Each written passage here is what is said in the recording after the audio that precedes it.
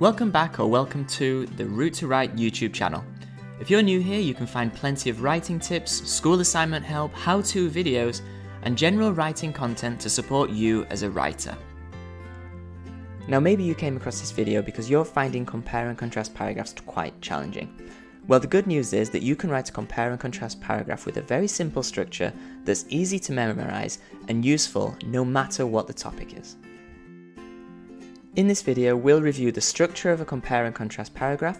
We'll then look at how to plan your own compare and contrast paragraph, and then we'll review some useful tips to make sure that you perfect your compare and contrast paragraph every time. So if that sounds like the video for you, then don't forget to subscribe to this channel for more useful writing videos.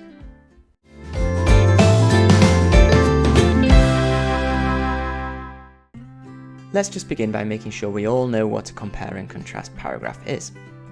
A compare and contrast paragraph discusses the similarities but also the differences between two topics. That could be characters from a novel, it could be two different places, or it could even be two objects. Now when we write this type of paragraph, we begin by describing how the two subjects are different, and then we finish by looking at their similarities. Let's begin by looking at the structure of a compare and contrast paragraph. Now structure is an essential part of the compare and contrast paragraph. But before we delve into that, I'd recommend you pause the video now and read the paragraph that you can see on the screen. It's a compare and contrast paragraph about the differences and similarities between cats and dogs, and it will be essential for when we look a bit further into the structure of the compare and contrast paragraph. So we'll be learning a compare and contrast structure called the point-by-point structure. There is another type of structure, but we'll get to that later in the video. So the point-by-point structure has 4 parts, but different parts can be added. It opens with a topic sentence, just like most paragraphs. We then look at the first difference between the two items. We then look at the second difference between the two items, and then we finish with a similarity. To illustrate what the topic sentence looks like, you can see here in orange that our topic sentence introduces the two items, which are cats and dogs, and it opens by saying that there are distinct differences and a notable similarity. Does exactly what a good topic sentence should do, which is introduce the whole paragraph.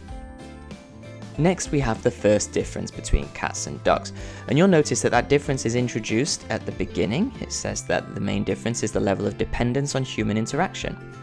The paragraph then goes on to say the difference by giving an example, a specific example from item A, which is about dogs, and then a specific example from item B. So you'll notice here that they talk about both of them and give an example about both of them together. And then, because one point is very rarely enough in an informative paragraph, we have the second difference, and that is the ways that they express affection. We then have an example from dogs, which is item A, and then we finish with an example from cats, which is item B. And then finally, a compare and contrast paragraph should finish with the similarity. Now, in a compare and contrast paragraph, you can kind of use a similarity as the concluding sentence, which every good informative paragraph should have. You can see here that the writer has finished with the similarity that talks about the deep emotional bonds that these pets both have with their owners. Now, I mentioned briefly earlier that there is another type of compare and contrast structure, and that's the block structure. And if you'd like to read through this, then you can pause the video and take a look, but you'll notice just by looking even at the color coding that it's called the block structure because you have the blocks of text together. So everything about item A, which was dogs, goes together, and then everything about item B, which was cats, goes together as well. It still opens with a topic sentence and the similarity as the concluding sentence, but the middle portion of the paragraph is structured quite different. Again, I'd recommend you to read through this just so you can see another type of compare and contrast paragraph structure. Now you know how to structure your compare and contrast paragraph, let's delve into the planning of a compare and contrast paragraph. Now the planning uses a very familiar diagram to many of you, I'm sure, and it's the Venn diagram. So if you're unfamiliar with the Venn diagram, you can see that we've got two overlapping circles. Now anything that is on either the left or the right of the circle is going to be specific to either item A or item B, and anything in the middle is a similarity.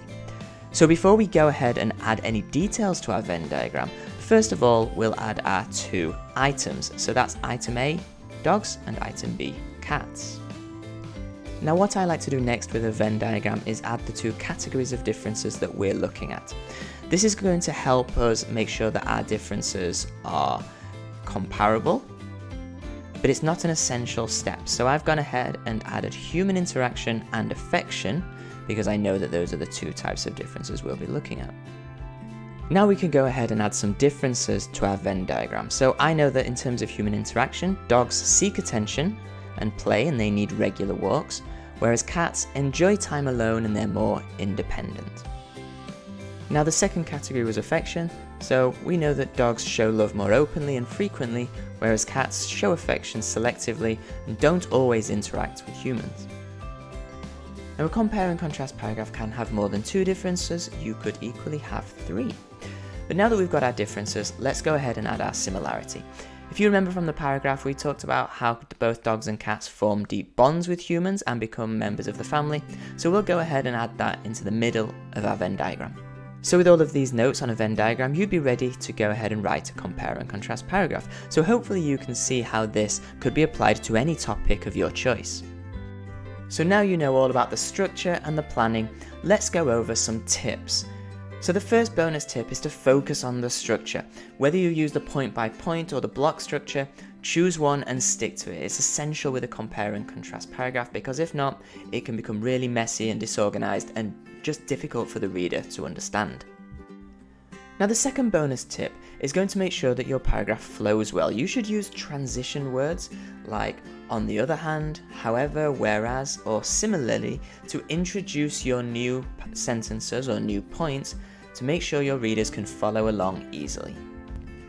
And the final bonus tip is to make sure your comparisons are direct. This is going to ensure that the differences that you have are connected and relevant. Now, just as an example, you couldn't say that dogs are very playful and interact with humans, whereas cats have long hair. This isn't a direct comparison. So make sure your comparisons are direct so that your compare and contrast makes sense. So before we finish, let's just review what we learned in this video. So firstly, we learned that compare and contrast looks at the similarities and differences between 2 places, people, or objects. In a compare and contrast paragraph, we need to follow a point-by-point or block structure, and we learned just how important that structure is. We learned that we need to use transition words to open our sentences to make sure our writing flows well. We also learned that we should plan our compare and contrast paragraph with a Venn diagram. And finally, we learned that the differences that we write about need to be connected and need to be direct.